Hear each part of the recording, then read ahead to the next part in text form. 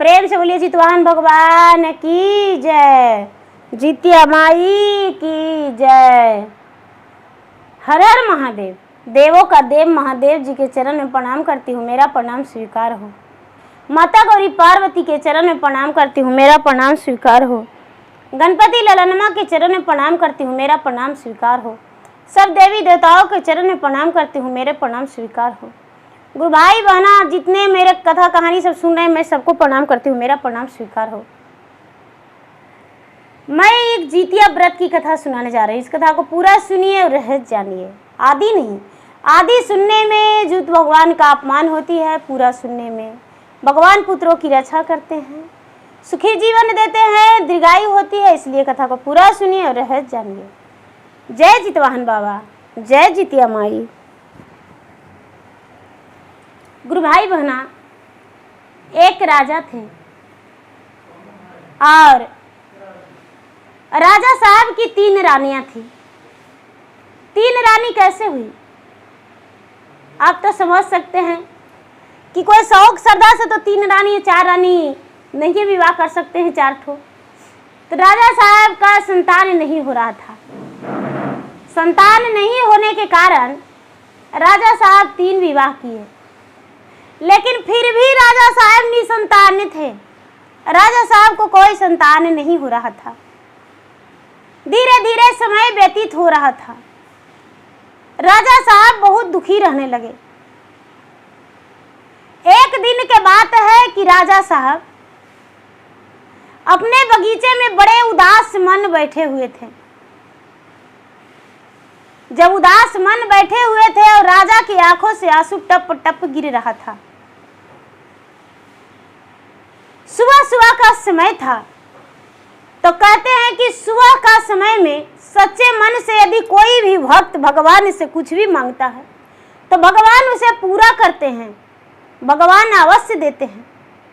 राजा मन में सोच रहे थे कि आज का दिन जितिया का दिन है। सभी लोग जीवित भगवान का ध्यान रखे हुए हैं, जीवित पुत्री का व्रत किए हैं। आज मेरे घर में 3 रानियां हैं, लेकिन एक भी मां नहीं बनी है। हे भगवान, कितना हम अभागा हैं, कितना हम कर्महीन हैं, जो कि भगवान मुझे संतान नहीं दिए हैं। भगवान को बहुत ध्यान धर के राजा आंसू गिरा रहे थे। सूरज एकदम निकल ही रहे थे ललित होके। ब्रह्मा विष्णु महेश, लक्ष्मी सरस्वती पार्वती सब देवी देवता जो थे आसन लगाए हुए थे। तभी विष्णु भगवान कहते हैं कि ये राजा कितना भक्ति करता है, कितना पूजा करता है, फिर भी निसंतान है। इसको संतान नहीं होने का कितना दुख है। राजा 3 विवाह कर लिया, उसके बाद भी इसका संतान नहीं है। शंकर भगवान कहते हैं कि देखिए, जब इसको संतान दे भी देंगे तो कहाँ रहेगा। 1 रानी रहती तो रहता, लेकिन 3 रानी है। विष्णु भगवान कहते हैं कि नहीं, इसको संतान अवश्य देंगे। जो विष्णु भगवान है एक महात्मा रूपी धारण कर लेते हैं। बड़े बड़े बाल, बड़े बड़े दाढ़ी और एकदम सफेद वस्त्र में पूरे आ जाते हैं। उनका कुर्ता पीला और उजला धोती, पीला गेरुआ रंग के उनका चादर, और हाथ में एक कमंडल लेकर विष्णु भगवान जो हैं आ जाते हैं साधु महात्मा के रूप धारण करके। और आके दरवाजे पर खड़ी हो जाते हैं। रानी बाहर अंदर से निकलती है, कहती है कि आप कौन हैं। भगवान कहते हैं, विष्णु भगवान साधु रूपी, कि मैं एक सन्यासी हूं और मैं कुछ मांगने आया हूं। बड़ी रानी कहती है कि हे साधु बाबा, ये सब दानपुर तो छोटी रानी करती है और राजा करते हैं, ये सब तो मुझे करने का कोई शौक नहीं। जाइए, राजा साहब बगीचे में हैं, यदि राजा के पास जाएंगे तो हो सकता है अन्य क्या आपको सोना चांदी कपड़ा सब कुछ दे सकते हैं। महात्मा जो है, महात्मा बगीचे में चले जाते हैं और बगीचे में जाकर राजा के पास खड़े होकर कहते हैं कि हे राजन, आप इतना दुखी क्यों हैं? महात्मा के बात सुनकर राजा ऊपर की नजर देखते हैं और कहते हैं कि महाराज क्या बताऊं, मैं एक अभागा हूं, मेरा मनुष्य तन में जन्म लेना पाप था, क्योंकि मेरा एक भी संतान नहीं है। ये बात सुनकर महात्मा कहते हैं कि हे राजन, ऐसी बात नहीं है, हम तुम्हें 3 फल देते हैं, वो फल तीनों रानी को खिला देना और खिला के और एक जीवित पुत्री का व्रत होता है, वो व्रत अपने रानी को करने कहना। जो 3 रानियां हैं, तीनों को कहना और तीनों को बराबर भाग में फल दे देना, एक एक दे देना। राजा उस फल को लेकर साधु बाबा को प्रणाम करते हैं। फल बहुत सुंदर था, बहुत सुंदर, बहुत खुशबू था उसमें, बहुत सुंदर महक था। राजा साहब को देखते ही एकदम लगने लगा कि हे भगवान, कितना सुंदर फल है, शायद मुझे भी खाने का रहता। राजा घर आए, रानी रानी कह के आवाज दिए। राजा साहब की छोटी रानी एक आंख के कानी थी, एक आंख के कानी थी, एक आंख से छोटी रानी का दिखाई नहीं देता था।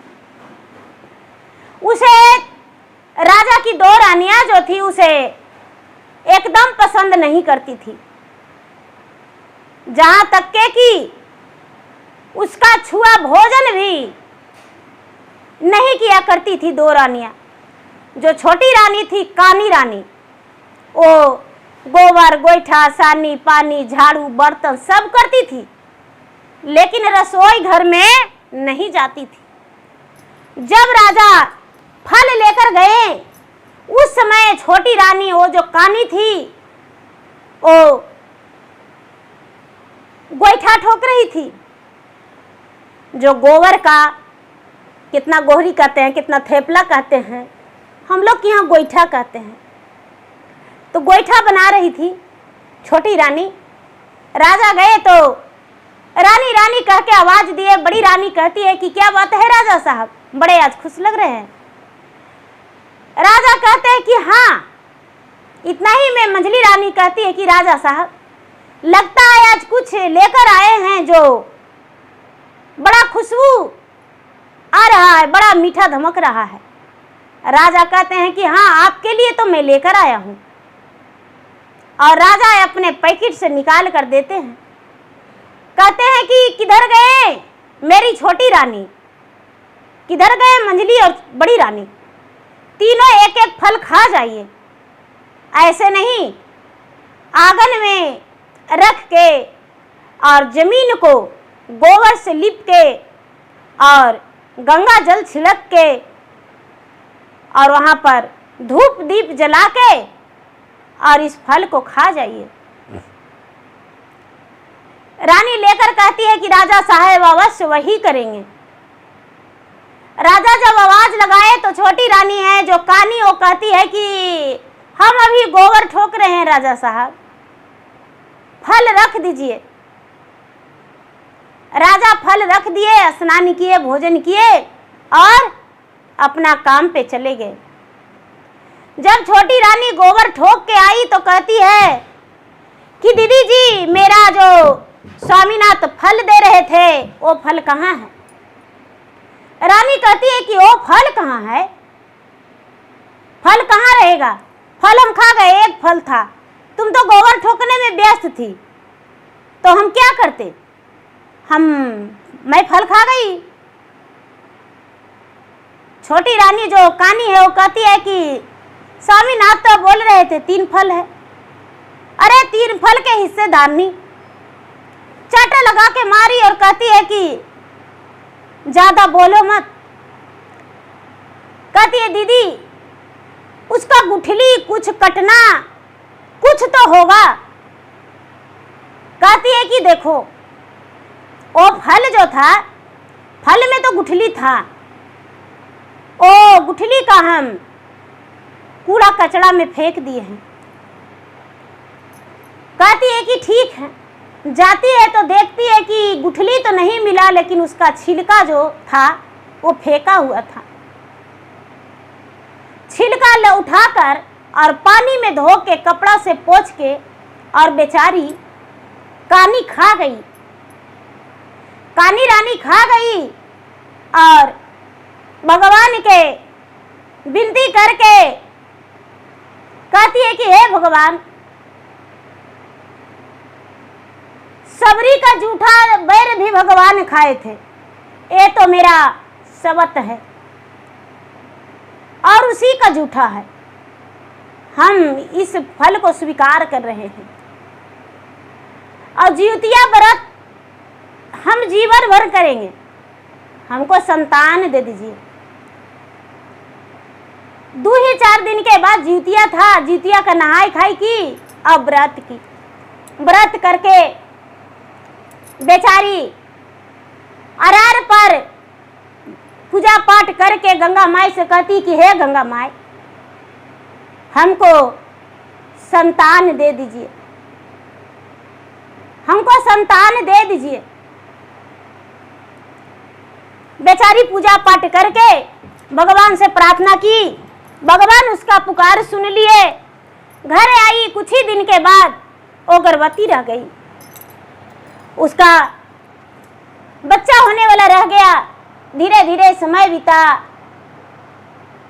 1 महीना 2 महीना तो उसका जीव घबराने लगा, उल्टी होने लगा। तो राजा से कहती है कि हे स्वामीनाथ, हमको बहुत उल्टी होता है, मेरा तबीयत ठीक नहीं रहता है।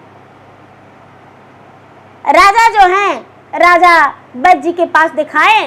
वैद्य जी देखते हैं तो कहते हैं ये तो माँ बनने वाली है।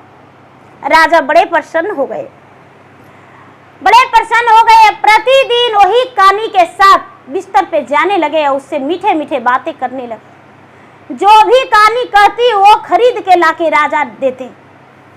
अब बड़ी रानी और मंझली रानी बहुत सुंदर थी, लेकिन ये तो बेचारी कानी थी। कहती है कि अब तो इसको बच्चा हो जाएगा तो हम लोग के कोई मान महत्व नहीं रहेगा, कोई पूछ मत नहीं होगा, क्या करें। धीरे धीरे धीरे धीरे धीरे धीरे समय बीता। 9वां महीना हुआ। 9वां महीना के बाद रानी का जुड़वा पुत्र हुआ। रानी का जब जुड़वा पुत्र हुआ तो राजा तो राजमहल में विराजमान थे। जो बड़ी रानी और मंझली रानी है वो कुछ नहीं कर पाई, कुछ भी नहीं कर पाई। अब लगता है कि हे भगवान, मेरा तो दुश्मन जन्म ले लिया घर में है। अब सोचती है कि अब क्या करें। धीरे धीरे समय बीतने लगा। बड़ी रानी और मंझली रानी बार बार कोशिश करते रह गई कि इस बच्चा को तो मारिए देंगे, बच्चा को तो मारिए देंगे, चाहे जो भी हो जाए लेकिन बच्चा के मार देंगे। उसका मान में बैठ गया। धीरे धीरे धीरे धीरे समय बीता। बच्चा साल भर के हो गया, 2 साल के हो गया, 3 साल के हो गया बच्चा। ये जो बेचारी कानी है वो जीवित पुत्री का व्रत करने लगी।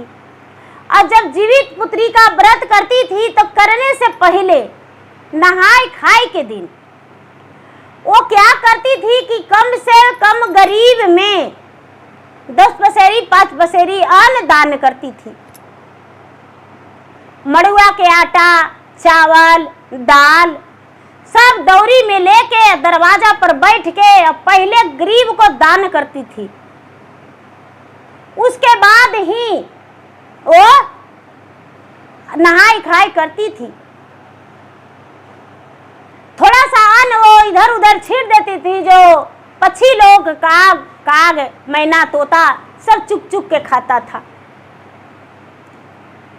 बड़ी छोटी रानी जो थी बड़ी दयावान थी, बड़ी अच्छी थी। धीरे धीरे धीरे धीरे इसका बच्चा जो है 8 साल के हो गया। 8 साल के हो गया तो दोनों जो है बड़ी रानी और मंझली रानी बहुत दिखावा करती थी। इतना दिखावा करती थी, इतना दिखावा करती थी कि छोटी रानी को समझे में नहीं आता था कि बड़ी रानी ये झूठी दिखावा प्यार का है, मुझे झूठा प्यार करती है मेरे बच्चे को। जो छोटी रानी है वो कहती है, छोटी रानी का मायका से लोग आए और बोले कि भाई आपका माँ का तबीयत बहुत खराब है। छोटी रानी का जो ये सब साजिश है वो बड़ी रानी करवाई थी। किसी को चिट्ठी लिख के और बोली कि भैया मेरा जो सवत है उसको दे दीजिएगा, मेरा सवत को ये चिट्ठी दे दीजिएगा। क्या करती है कि छोटी रानी जो है, छोटी रानी उस दिन नहाई खाई के दिन चिट्ठी आया मायका से, कहती है कि अच्छा चिट्ठी आया है तो कल हम उपवास रहेंगे, क्या करें आज ही मायके से आज ही जाएं कि कल जाएं। राजा से कहती है कि ये राजा साहब मेरा मायके से चिट्ठी आया है, हम मायके जाएं। तो राजा कहते हैं ठीक है जाइए, आज ही चल जाइए। छोटी रानी कानी जो है बेचारी मायके चल जाती है। जब मायके जाती है तो मायके में उसके माँ जो थी ठीक थी। माँ के देख कर बड़ा खुश हो गई, ये भी नहीं बोली कि माँ तूने संदेशा भेजी। माँ बोली कि बेटी अकेले आई हो, बच्चे को लेकर नहीं आई हो। कहती है कि क्या करूँ माँ, सवत लोग जो है, सवत लोग मेरा बच्चे का रख ली, इसलिए हम बच्चे को नहीं ला पाए। कहती ऐसा तो हाँ ठीक है। ए बेटा ऐसा करो कि कल जितिया का दिन है, तुम्हारा भौजाई भी जितिया करेगी और हम भी जितिया करेंगे, तुम भी जितिया ही कर लो। बेचारी जो कानी है वो कहती है कि माँ कोई दिक्कत नहीं है, हम कर लेंगे जितिया माँ, काहे नहीं कर लेंगे, ही कर लेंगे। कहती है कि ठीक है बेटी तो जितिया व्रत ही कर लो। जितिया व्रत जो है कानी रानी अपना मायके में करने के लिए ठहर गई। अब क्या होता है कि राजा जो हैं, राजा तो अपने रानी को लेकर ससुराल चले गए। बच्चा जो है अकेला हो गया। दोनों रानी जो है जल्लाद से कहती है कि भैया मेरा मदद कर दो। जल्लाद कहता है कि क्या, तो दोनों बच्चे को वन में ले जाकर और काट के टुकड़ा टुकड़ा करके जमीन में गाड़ देना। बोले कि बहन जी, रानी साहब, यदि ऐसा करेंगे तो राजा साहब फांसी पर चढ़ा के और लटका देंगे, मेरा बच्चा बिना मारले मर जाएगा। बड़ी रानी और मंझली रानी कहती है कि राजा साहब नहीं मारेंगे, लेकिन हम जरूर मार देंगे। यदि मेरा कहना नहीं मानोगे तो हम अवश्य मार देंगे, और नहीं तो अपना जीवन का कुशल पूर्वक चाहते हो तो इस बच्चन को ले जाके मेरा नजर के सामने काट देना और काट के जमीन में गाड़ देना। और ऐसा है कि हम भी साथ में रहेंगे और अपना चुंदरी रंगाएंगे उसका रक्त से। जल्लाद जो है पैसे के लालच में आके अष्टमी के दिन सवेरे निकल जाता है बच्चन को लेके कि बाबू तुम्हारे माँ जो है वो मैका गई है, तुम्हें भी बुलाई है। जल्लाद जो है बच्चन को लेके निकल जाता है और दोनों रानी पीछे पीछे जा रही है। जाते जाते जाते जाते जाते सुनसान जंगल बिजूपन में पहुंच गई और पहुंच गई तो दोनों बच्चा को जल्लाद कहता है कि बाबू खाना खा लो। कहता है कि मेरी माँ जो है नानी घर गई है तो हम खाना कैसे खा लें, माँ के पास जाएंगे तो खाएंगे। जल्लाद कहता है बेटा पानी पी लो। तो नहीं माँ आज मेरा उपवास है, हम आज पानी नहीं पिएंगे। कल माँ बोल के गई है कि बेटा जिउतिया व्रत है, मेरे लिए माँ मिठाइयाँ लेकर आएगी, पकवान लेकर आएगी और फलहरियाँ लेकर आएगी। हम कैसे खा लेंगे, आप लोग के हाथ है। जो जल्लाद है वो कहता है कि देखो बेटा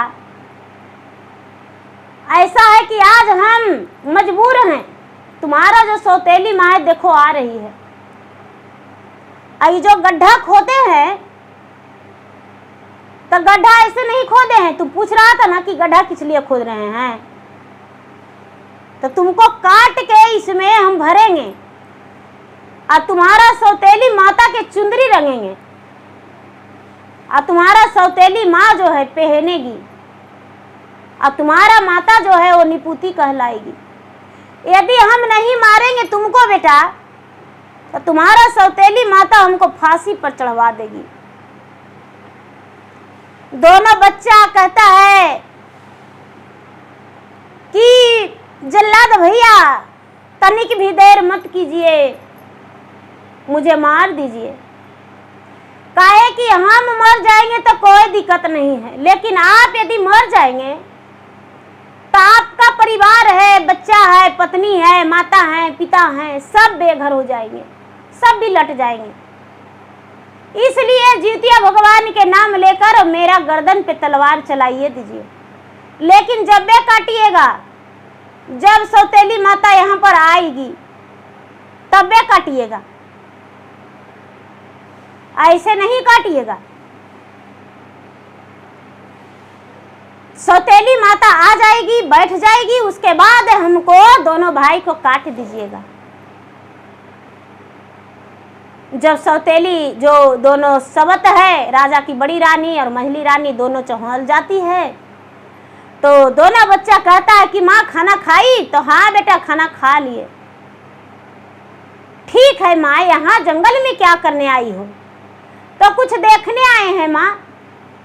बच्चन कहता है तुम देखने आई हो माँ कि मुझे मरवाने आई हो? ठीक है माँ, अच्छा से रहना, मेरे माँ को ख्याल करना, हम तो इस दुनिया से जा रहे हैं माँ। बच्चा कहता है अपने सौतेली माता से,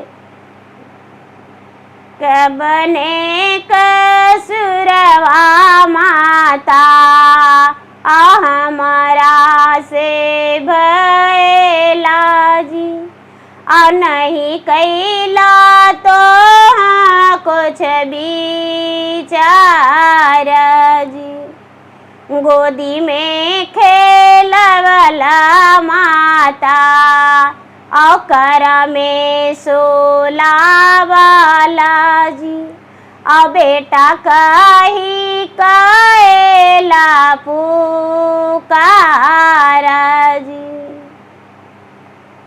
साथ में खिलवला माता और गोदिया सोलावाला जी, और कौनी का सुरवाया झा भाईल जी। इतना बच्चा जो कहता है तो रानी है जो कहती है कि जल्दी से तेगा चला दो। जल्लाद है जो तेगा चला देता है बच्चा पर, तेगा चला देता है। उस समय बेचारी उसकी माता जो थी छोटी रानी, कानी रानी, और पूजा कर रही थी जितवाहन भगवान की। हाथ में जल लेकर सूर्य भगवान को दे रही थी और कह रही थी कि हे सूर्य भगवान, मेरा पुत्र को रक्षा करिएगा, मेरा पुत्र को, मेरा उम्र भी लग जाए, हजारों वर्ष का उम्र हो। हाथ का लोटा दड़वत देते और भिगा गया नदी में। बेचारी कहती है कि माता, आज मेरा अपशगुन हो गया। उसकी माता कहती है कि नहीं बेटी, बस उपवास हो, थरथरा गई होगी तो लोटा भिगा गया। नहीं माँ, आज कुछ तो अपशगुन हुआ है। यहाँ जल्लाद दोनों बच्चा के काट के और जमीन में झांक देती है। रानी के साथ दोनों जल्लाद और दोनों रानी घर आ जाती है। रानी अपना चुनर रंगा के और बड़ा प्रेम से घर लाती है। अब क्या होता है, वो बेचारी पूजा करने लगती है तो दीपक नहीं जलता है, धूप नहीं जलता है और उसको मन बेचैन हो गया। मन बेचैन हो गया, उसी समय वो घर से निकल जाती है। उसी समय वो घर से निकल जाती है, अपना पति से कहती है कि हे स्वामीनाथ, आज मेरा बेटा पे कोई विपत आ गया है, आज मेरा बेटा पे कोई विपत आ गया है, घर चलिए। राजा जो है अपने कानी रानी को लेकर निकल जाते हैं। शाम हो चुका था। जिस रास्ते में बच्चा गाड़ा हुआ था बीजूवन जंगल में, उसी जंगल से होकर राजा आते थे। लेकिन राजा एक बार भी नहीं बोले कि रानी साहब, बाघ सियार हम लोग का खा जाएगा। बच्चा जो था, बच्चा का बहुत राजा प्यार करते थे। अपना जान से भी ज्यादा हर माता पिता अपने संतान को चाहते हैं।